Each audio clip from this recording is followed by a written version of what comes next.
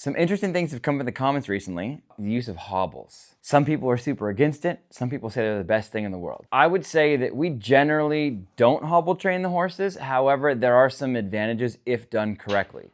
What I will also say is if we do all of our rope work around the legs from this age on, and we keep on doing that, you can hobble a horse without too much trouble. But I think a lot of times people try to use a hobble train, to hobble train horses.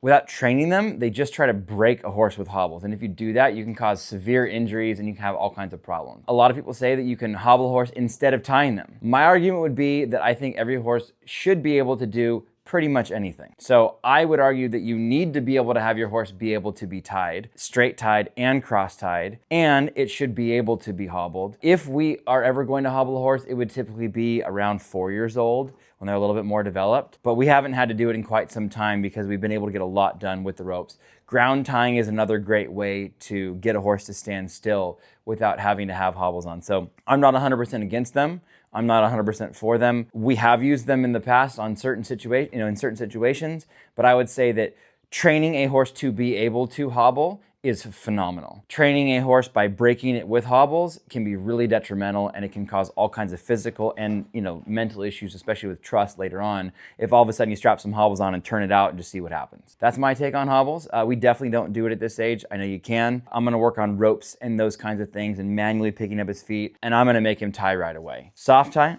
Oh, thanks, bud. I'm gonna soft tie right away to make sure that he's learning that from a very young age. I think if you ever don't do any certain thing with your horses, you're really setting him back.